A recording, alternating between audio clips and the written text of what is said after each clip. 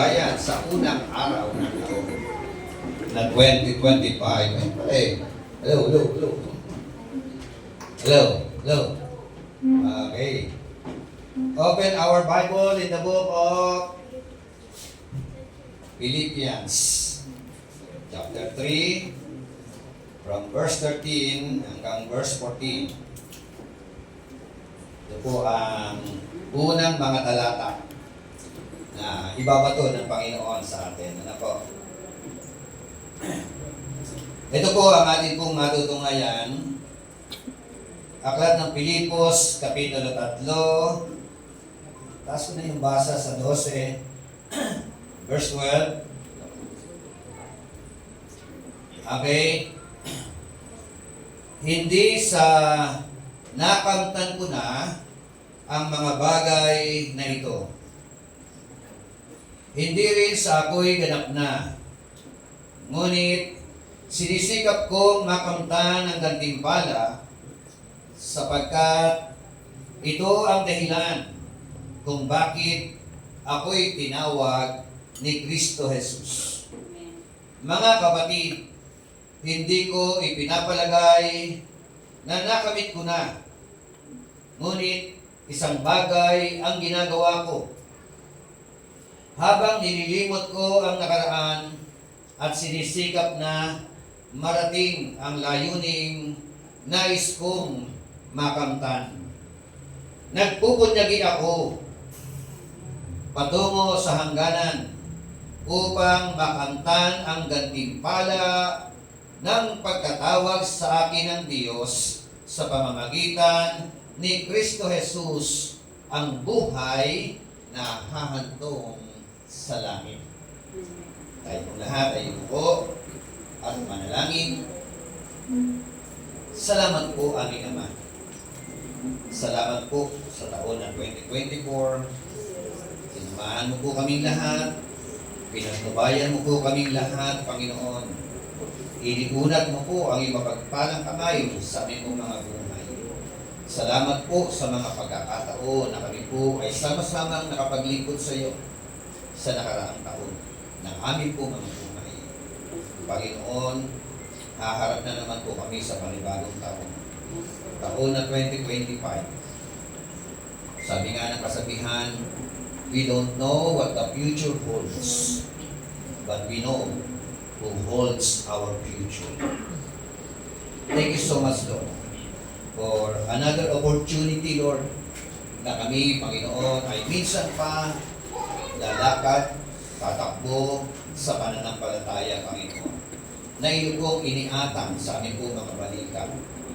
Hayaan mo po, Panginoon, na habang binubulay-bulay po namin ang mga talata na ito na nakatala sa aklat ng Pilipos, Kapitulo 3. Ikaw, Panginoon, ang siyang magbukas ng puso ng bawat isa sa amin. Hayaan mo po, Panginoon, na habang binubulay-bulay po namin ito, ikaw ang siyang gumagalaw at tumikilos sa amin pong kalagitnaan. Gamitin mo lamang po ang iyong abang lingkod bilang daluyan ng iyong mga salita. Salamat sa paspas. Salamat sa tagumpay. Ngayon pa lamang, pinagin po namin ang katugunan. Dahil ito po ay aming hinihiling sa pinakadakilang pangalan ng aming Panginoon, Diyos at tagapagligtas na si Jesu Kristo. Ang lahat ay magsabi ng Amen. Amen. Dito natin isa tayo. The best na Panginoon. Amen.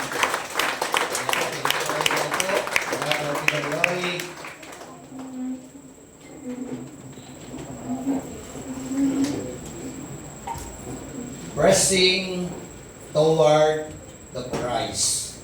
Yan po yung ating po topic. Yan po yung ating po pag-uusapan.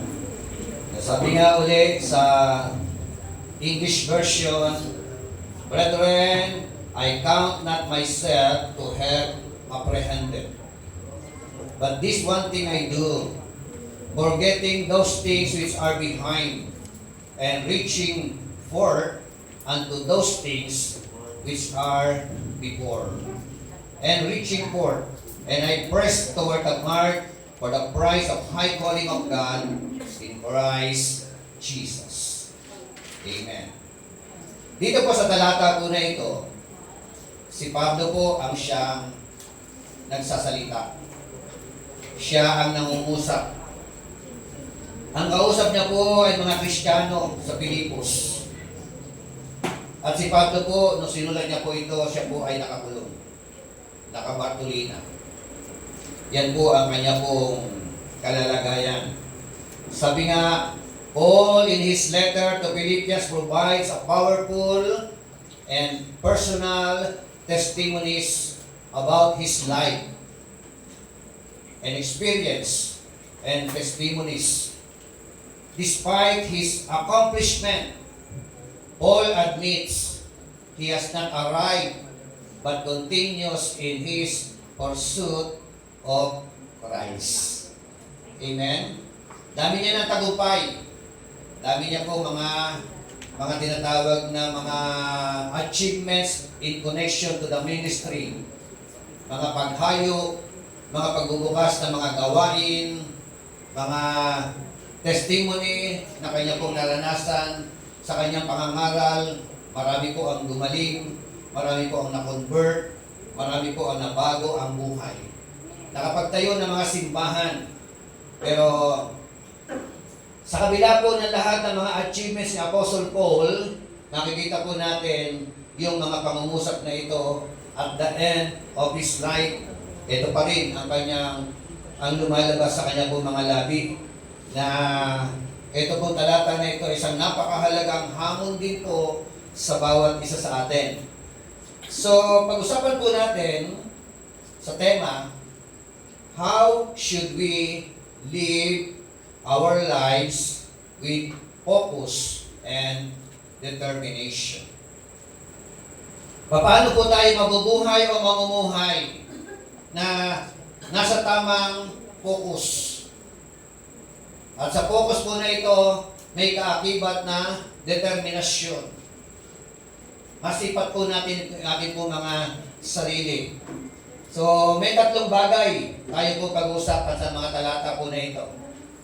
Paano na po tayo mabubuhay o mabubuhay ating po mga pamumuhay na kung saan makita natin ang layunin ng ating mapagmahal na Panginoon sa ating po mga buhay like Apostle Paul.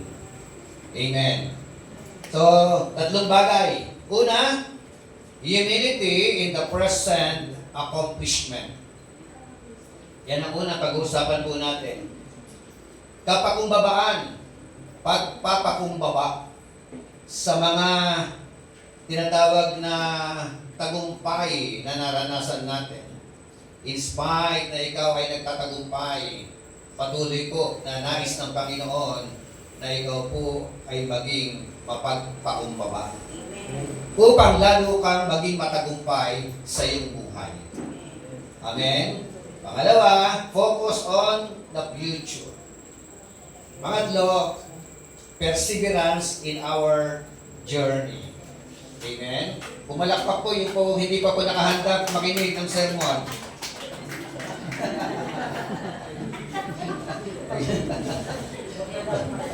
Pumalakpak po yung nakahanda makinig. At hindi naman nakahanda makinig, yung mga nakahanda tupad ng kanya po mga salita. Amen? Parang ilan na lang pumalakpak yung pagdating sa pagtupad no? Gusto nyo tupad. Pero pagtupad sa gampanin. Okay. Ito po, lessons dito po sa mga talata na ito na matutunghayan po natin in the life of Paul. Una, katulad ni Apostle Pablo, sabi po ng talatang 13, Brethren, I count not myself to have apprehended. Na parang sabi sa Tagalog ng talata 13, mga kapatid, hindi ko ipinapalagay na nakamit ko na ito. Amen? Yan ang kanyang mentalidad. Sa kabila ng sandamakmak na mga tagumpay, ang ganda ng kanya po mga pangungusap, nagpapakita ng tinatawag na humility, kapakumbabaan. Yung iba sa atin, wala pang naaabot mataas na ang tingin sa sarili. Di po ba? Yung iba naman, may mga naabot. At nung may naabot, yung mayabang. Hello. Si Pablo po, sa kabila ng sandamakmak ang kanyang achievements sa buhay, personal, ministerial, everything, pero ang mentalidad niya, yung tinatawag na kapakumbabaan. Amen. Amen? Hindi ko po alam ang mga achievements ninyo. Pero ang hamon po sa bawat isa po sa atin, be humble. Not humble. Diba? Yan po yung kabaliktaran ng humility, yung humble. In other words, Paul acknowledge of incompleteness. Amen? Kinikilala niya, may kulang. Amen? Meron pang dapat maabot. Meron pang dapat gawin. Oh, sa inyo po mga buhay. Family life, personal life, ministerial life, our relationship with our God. Kumusta po? Kumpleto na ba? No? Yung pagkakilala sa Panginoon Diyos, kilala po ba natin ang Panginoon? No. Accept the reality. Amen? We are all incomplete. Hello? Yeah? Ay yung mga incomplete, ayaw maniwalang incomplete sila. Di ba? Alam niyo sinasabi ko. Pero, yun po ang mga katotohanan na katulad ni Apostle Paul. Sabi nga, despite of being a spiritual giant, having a lot of accomplishment, he acknowledged that he has not yet apprehended. Amen? Sa kabila ng siya po ay bantog at kilala, lalo na sa tinatawag na ministeryo o paglilingkod, paghayo, pagbubukas ng mga gawain, pagtatayo ng mga simbahan. Para ba kasi sinasabi ni Paul, kulang pa. Amen? So, kumusta po? Dito po, ang pinaka-focus dito, yung ministerial effort ni Apostle Paul. Amen? Pagdating po sa tinatawag na paglilingkod sa Panginoon, kumusta po ang ating mga naging achievements? Kumusta po ang ating po mga naging galawan ng taon na 2024? May mga tagumpay po ba tayo mga nagawa? No? Nakatulong po ba tayo pagdating sa gawain ng Panginoon para isulong ang gawain ng Panginoon? The Bible said, 1 Corinthians 15:58, finally, brethren, be ye steadfast, unmovable, always abounding in the work of the Lord. Yun ang hamon. Si Pablo pa rin na nagsasalita doon. Malakas ang loob ni Pablo na hamunin ang kanyang mga tagapakinig o kanyang mga sinusulatan na ang hamon ay always abounding in the work of the Lord. Church, tandaan po natin. Tama ang magtrabaho. Tama ang ibang mga ginagawa po natin in our life. Pero alam niyo po ba, kung ano po ang mga pinaggagawa natin for the Lord and for the ministry for the Lord, yun po ang mga bibigyan ng gantimpala ng ating Lord. Amen? Sino ba yung gusto magtamo na maraming gantimpala? Sa langit. No? Sa langit. Oh. Magpakasipag tayo sa gawain ng Panginoon. Amen? Kung hindi mo kaya humayo, maging kingdom provider ka. Amen? Pahayuin mo yung pera mo. Tama? Pwede ba pahayuin ang pera? Amen. Pwede. Ipagamit sa gawain ng Panginoon. Yung mga sobra-sobra lang naman. Amen mo ba? So, this humility is crucial for every believer. Amen?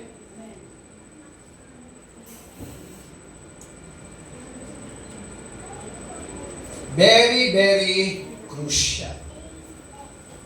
Bakit? Kasi po, maraming mga Kristiyano, pag guminhawa ang buhay, yumayabang. Tama ba? May mga tao na pagka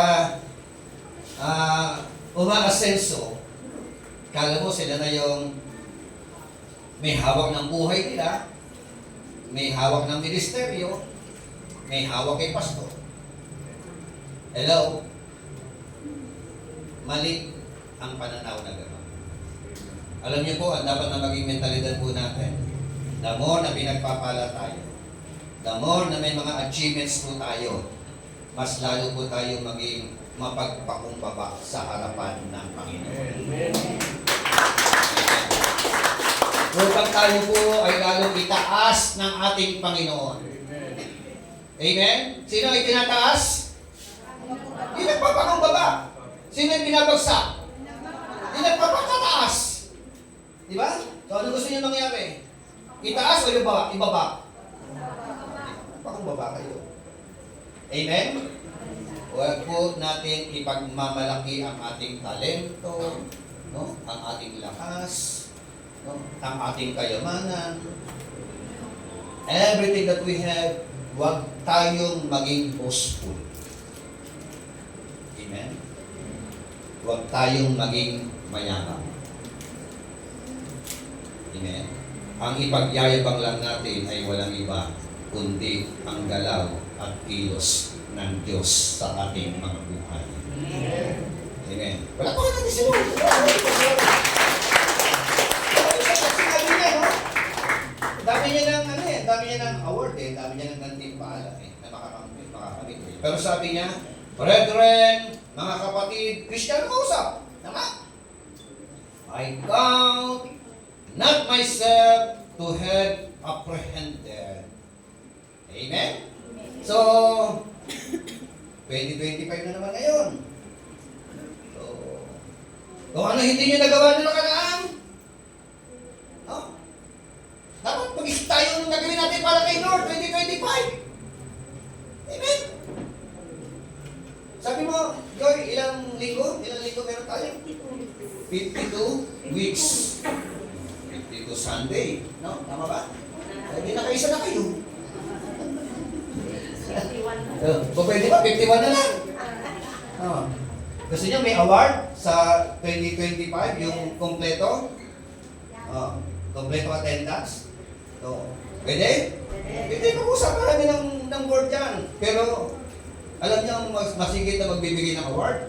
Si Lord. Amen. Amen? Si Lord. Gusto ang siya magbibigay ng award sa atin. Kaya napaka-crucial na tinatawag na humility. Santiago 4:6.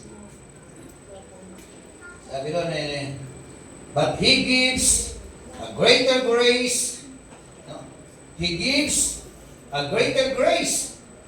Therefore it says, God is opposed to the proud, but give grace to the humble. Kaya niya pala magbigay ng greater grace. Amen? Sino yung binibigyan ng greater grace? Hindi tayo. Yung humble na Kristiyano. Amen? Greater grace ang ibinibigay sa mga humble na mga Kristiyano. No? Pagka ikaw ay mayabang, lesser grace. Tama ba? Kaya masabi ulit doon, ito, kabisado natin yung huling phrase God is opposed to the proud, but gives grace to the humble. Pero meron pa lang nauna, no? But He gives a greater grace. No? To whom? To the humble.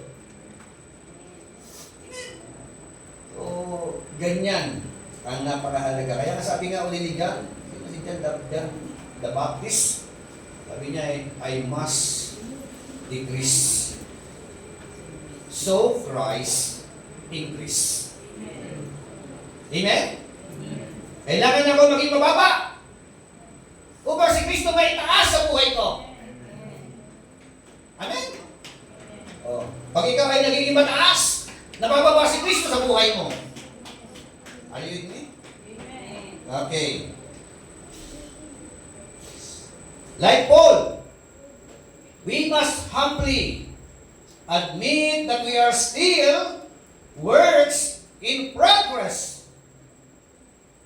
Sabi mo sa katabi mo, hindi pa tapos si Lord sa iyo. Kaya umayos ka. Diba? Amen ba?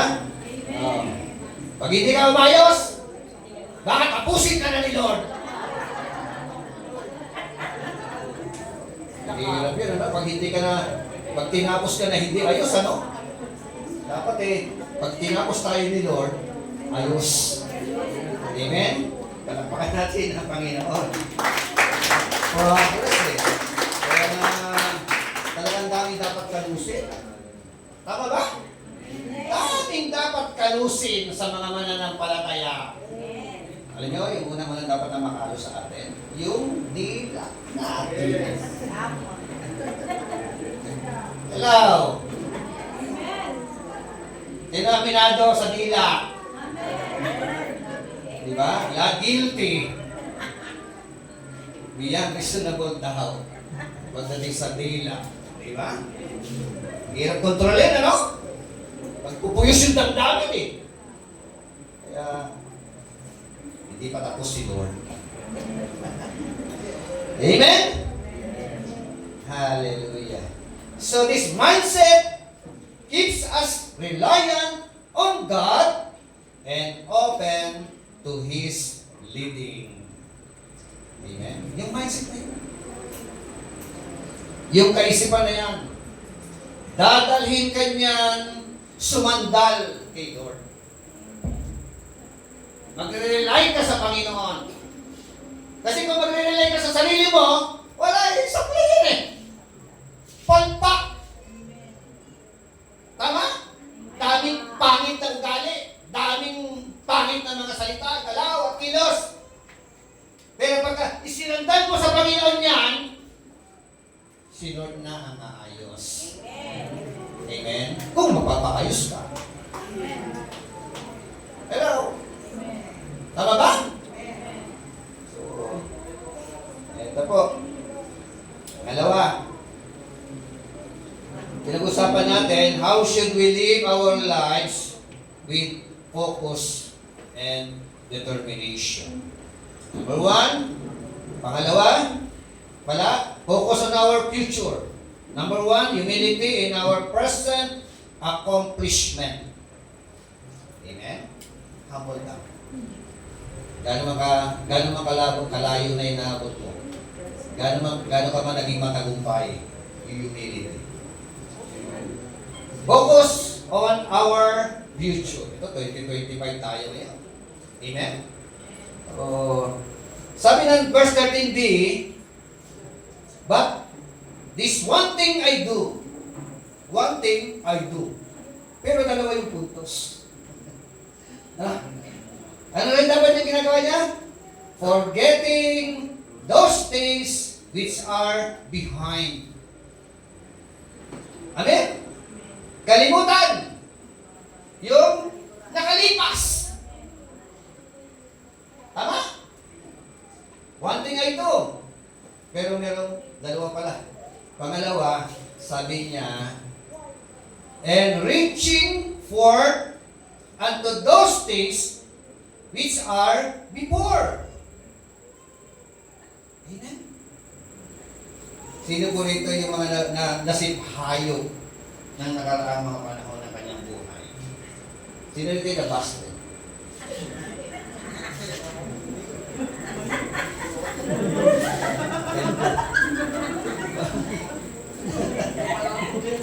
Katanong na ako, wala ko patamaan dito ha.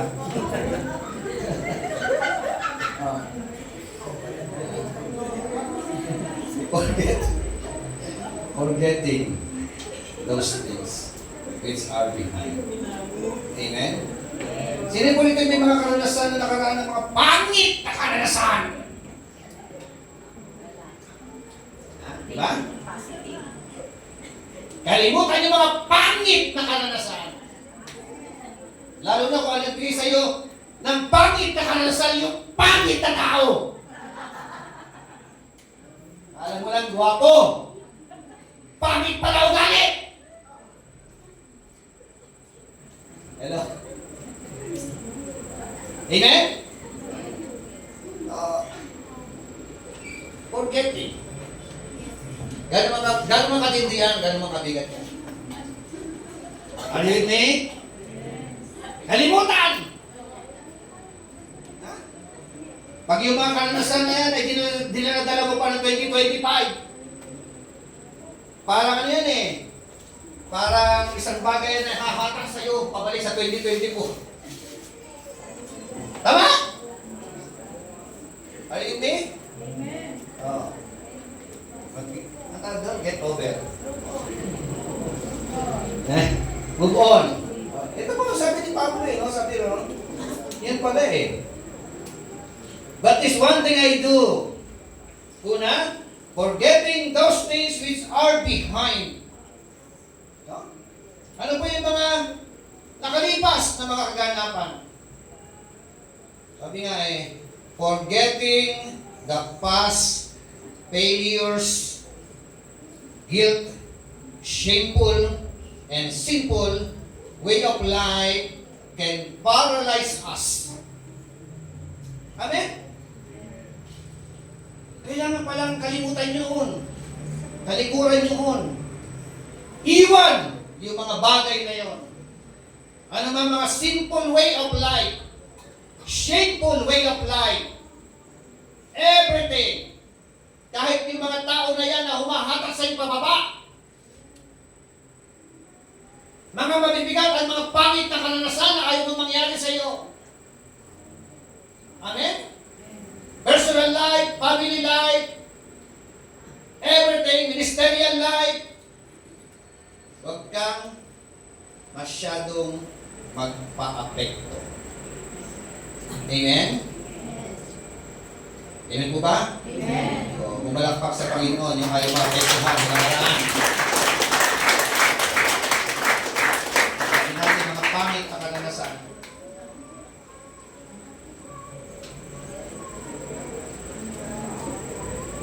Isa pa po na dapat kalimutan, forgetting past success. Bakit? Kasi nga, may mga tao, sabi nga eh, dwelling on achievements can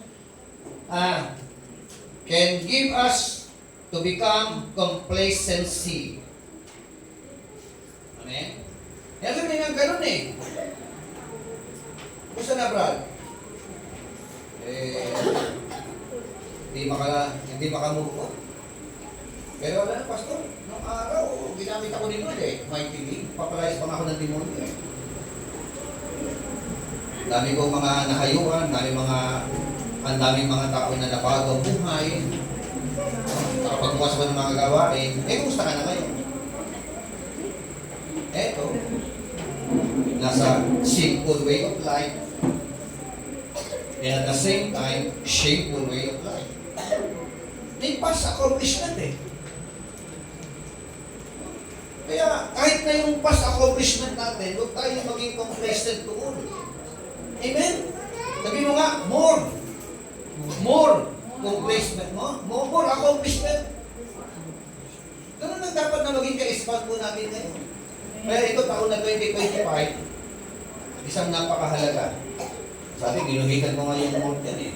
Dwelling on achievement can give us to become complacency. So recognize that God always has more for you to accomplish. Amen?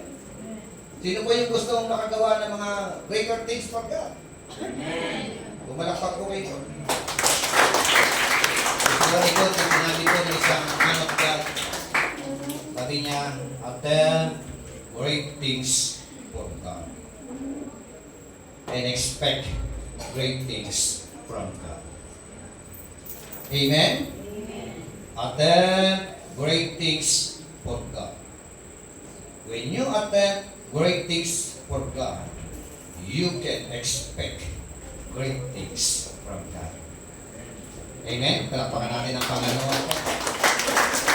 Kaya ang tanong, we are all expecting greater things for God or from God, but the problem is we cannot attempt or do not attempt greater things for God.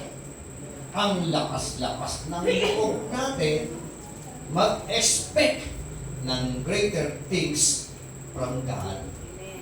Hello? Pero ang problema, hindi ka nag-attempt ng mga greater things for God. Are you with me? So, paano ba makita natin dito? Ang may karapatan na mag-expect ng great things for God ay yung mga tao, babae at lalaki, na nag-a-attempt ng mga greater things for God. Amen! O, sino nito yung gustong makagalas ng mga dakilang bagay para kay Lord sa taon na 2025? Hallelujah! Anong dapat gawin? Bakbak ka. Gumawa ka. Ibig ko ba? Kaya nga yung chat ko, sabi ko unahin po natin ang Panginoon sa taon na ito ng 2025. At tiyak, uunahin ka rin ng Panginoon na pagpalain. Amen? Okay. So, pangatlo, verse 14. Sabi po ng verse 14, Tagalog,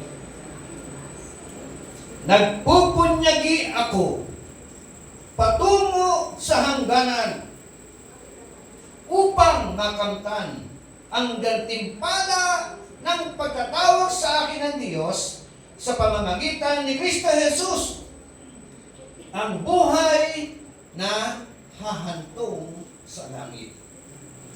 Amen?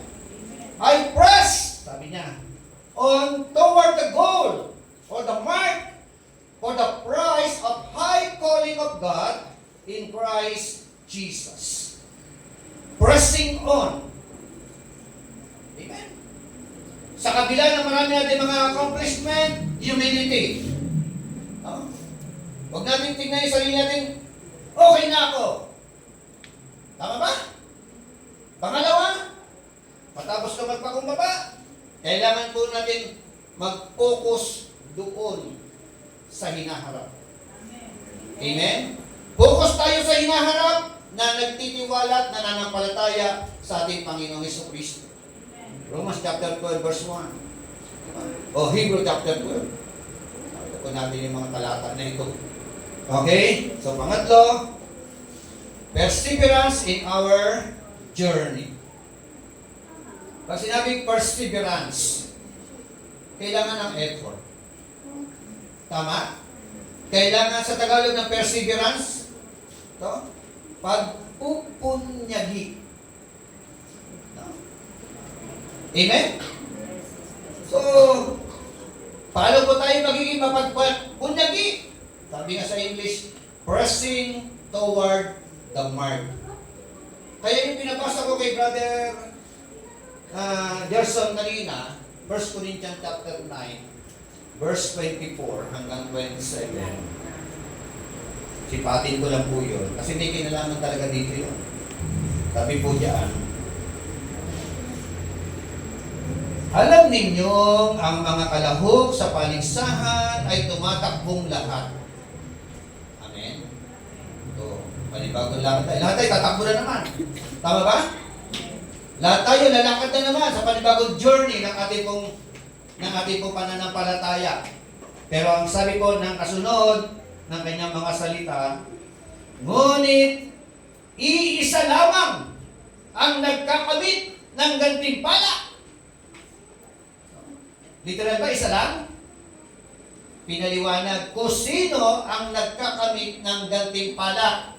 Ito na po, kaya't pagbutihin ninyo ang pagtakbo. Bakit kailangan pagbutihin? Upang kamtan ninyo ang gantimpala.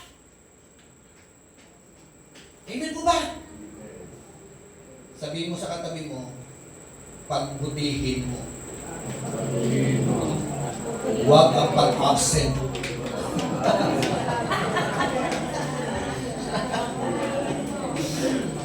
Hello! Isa lamang tayo nagtatagumpay. Isa lamang daw po yung nagkakabit ng gantimpala. Pero yung isa na yun, nakala isa lang talaga, hindi. Lahat na nagpapabuti ng kanilang pagtakbo sa pananampalataya, sila ang mga nagtatagumpay. Amen. Yugyugin mo kayo katabi mo, baka hindi ka naintindihan. Yugyugin mo, pagbutihin mo! Hindi ka naintindihan. Lino, diba? Pagbutihin mo, yun. Nagising na? Gising na ba?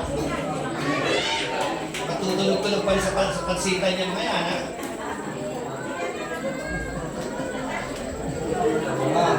Anabatan mo yan ng mga nagpapabuti.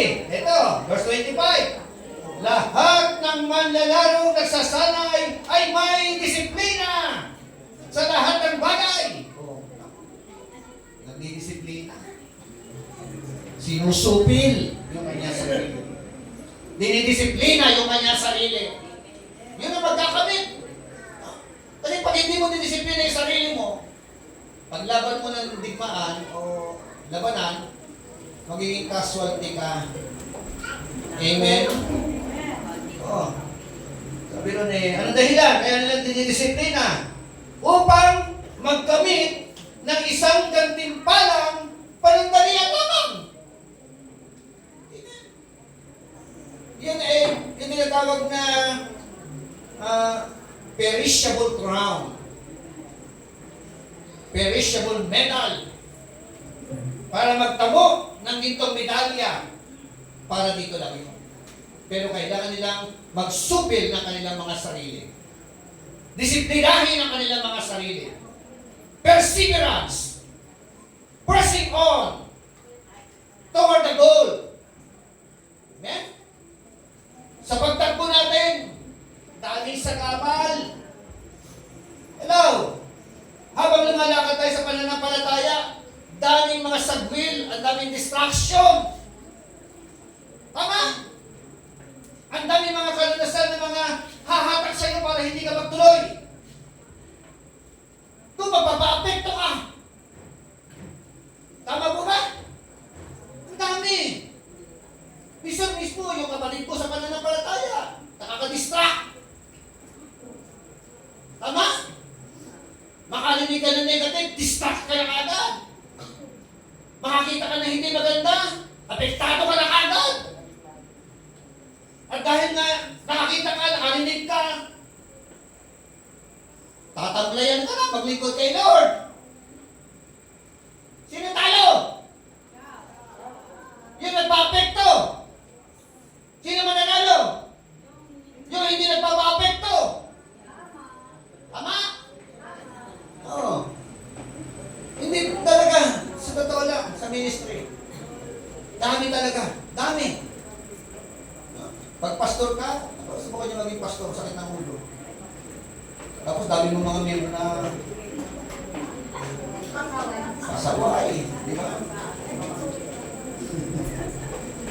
Kailangan mo magtyaga, magtiis. Pero, sabi nga, pressing toward the mark. The word press indicates persistence and determination, like runner enduring, straying to reach the goal. Amen? Yun ang kailangan natin. Bilang mga mananampalataya, 2025 na naman. Panibagong takbo, panibagong yugto ng takbuhin, lakarin sa pananampalataya. Diba ba? Mga kapatid, huwag nating hahayaan na tayo po ay maapektuhan sa nakikita natin. Amen? Amen po ba? Huwag tayo magpa-apekto sa nakita natin pangit na ugali ng kapatid. Para mabalanse naman, ikaw naman, kapatid, umayos ka. Hello?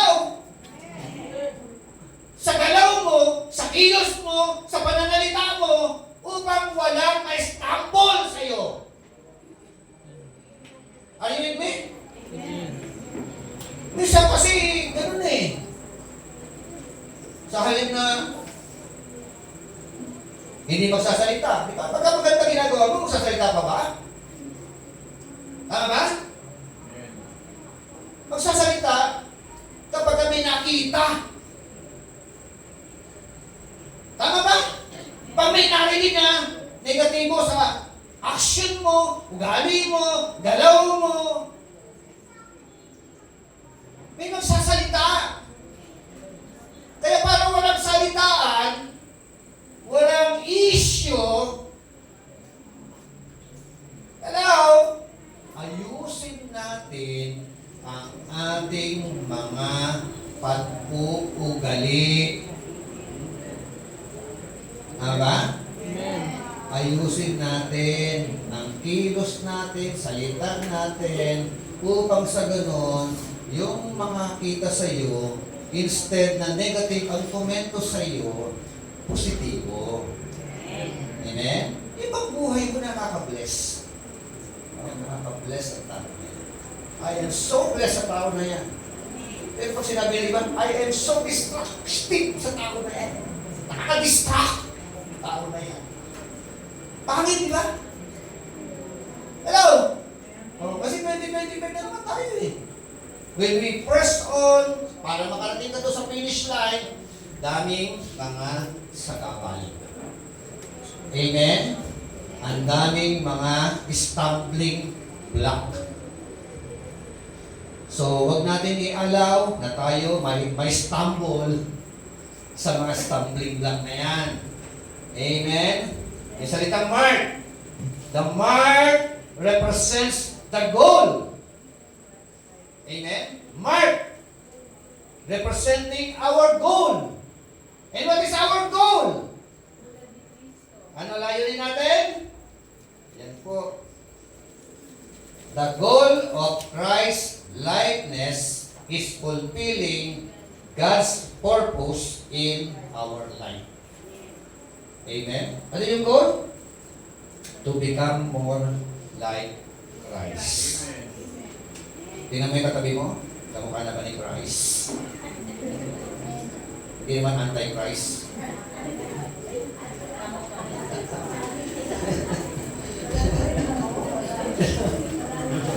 Di ba? To become more like Christ. That is the very, very purpose of our God into our life. When we become a Christian, yun ang layunin ng ating Panginoon.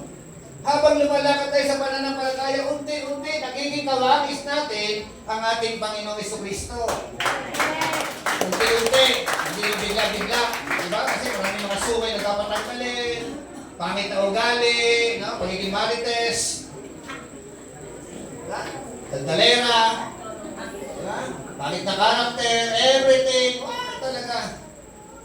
Pero ang bait-bait ni Lord sa atin, ano? Kasi kung yung ugali mo tinignan ni Christ, wala. Iwanan. Wala. Disqualified. Ha? Pero dahil napaka sabi nga ay datapot ipinadama ng Diyos sa kanyang pag-ibig sa atin na si Kristo mamatay para sa atin noong tayo'y mga pasaway pa. Tama? Kaya namin pinag-learn. So, wag po tayo magpa-attend. Amen? Tuloy ang takbuhin. Tuloy ang journey ng ating pong pananampalataya sa taon na ito na 2025. Amen po ba? So, huwag natin hayaan na ma-stumble tayo na mga pangit na mga karanasan na yan. Huwag natin hayaan ma-stumble tayo ng kapwa mananampalataya na pangit na ugali. Amen? Tandaan natin, katulad mo, katulad ko, hindi pa tapos ang Diyos sa Kanya. Amen? So, the prize. Ano yung premyo? the high calling of God is the ultimate reward. And the ultimate reward is none other than eternal life. Buhay na walang hanggan. Magsasama-sama tayo doon lahat sa langit, sa piling at presensya ng ating pong Panginoon. Amen? Ano ba yung reward? The joy of being in God's presence. Diba? Yun ang pinakamasayang lugar. When you are in the very presence of God, yan po mararanasan natin ang tunay na kagalakan. Amen? Pero kapag kayo nasa presensya ng mga demonyo, di ba? O kaya ng presensya ng mga tao, ng mga wicked, ay wala pong tunay na kagalakan diyan. Bagkos kasibhayuhan. So, tatlong bagay yung pinag-usapan natin mga kapatid. No? Sa taon na ito na 2025, dapat ito maging pananaw natin. Ano yung una? Maging mapagpakumbaba. Be humble. Recognize that you have not yet arrived. Amen? Pangalawa, let go of the past. Meaning to say, refuse to be bound by failure and press on. Meaning to say, run with perseverance toward the goal, keeping our eyes fixed on our Lord Jesus Christ and the prize of eternal life. Tayo po tayo lahat. Sige po, tayo po ay yumuko at tayo po ay manalangin. Purihin ka, aming Diyos na dakila. Salamat po sa iyong mga salita na amin po pinag-usapan. Tapos na po ang 2024. We are looking forward, Almighty God, for the 2025. Hindi po namin alam ang mga magiging kaganapan. At katulad po ni Paul, nagpipray po kami, Panginoon Diyos, na kami po ay lapatan po kami mga buhay ng humility. Huwag po kami maging content po sa mga achievements po namin o ano man ang meron kami, Panginoon Diyos. Tulungan po rin po kami, Panginoon, lalo-lalo sa may mga karanasan ng mga nakakasiphayo. Mga karanasan, Panginoon Diyos, na para bagang humahatak sa amin o nagtutulak sa amin o magpatuloy sa pagtakbo. Negative man or positive. Lord, help us to become persevere. Sa journey na ito, Panginoon, marami po mga balakid, marami po mga struggle, marami po mga iba't ibang karanasan na pwede po namin maranasan. But Lord, we pray for your divine guidance, divine wisdom, Lord. Pagkaloob po sa bawat sa po sa amin. Upang kami, Panginoon, ay makalakad sa taon na ito na 2025 na punong-puno ng tagumpay. Dahil kasama ka po namin, Panginoon Diyos. Sa iyo po namin lahat ipinagkakatiwala aming po mga buhay, ang aming pamilya, ang aming personal life, ang iglesia ito, Panginoon Diyos. Sa pagtahak namin ng 2025, nagre-rely kami sa iyo, Panginoon. Magre-rely kami sa iyo, Panginoon. Sasandal kami sa iyo. Ipagkakatiwala namin lahat sa iyo, Panginoon. At dahil diyan, naniniwala po kami na kami ay iyo pong sasamahan at pagtatagumpayin sa taon na ito ng 2025. Bless us all together. This is our very prayer in the mighty name of our Lord Jesus Christ. Amen. Amen and amen and amen. God bless you.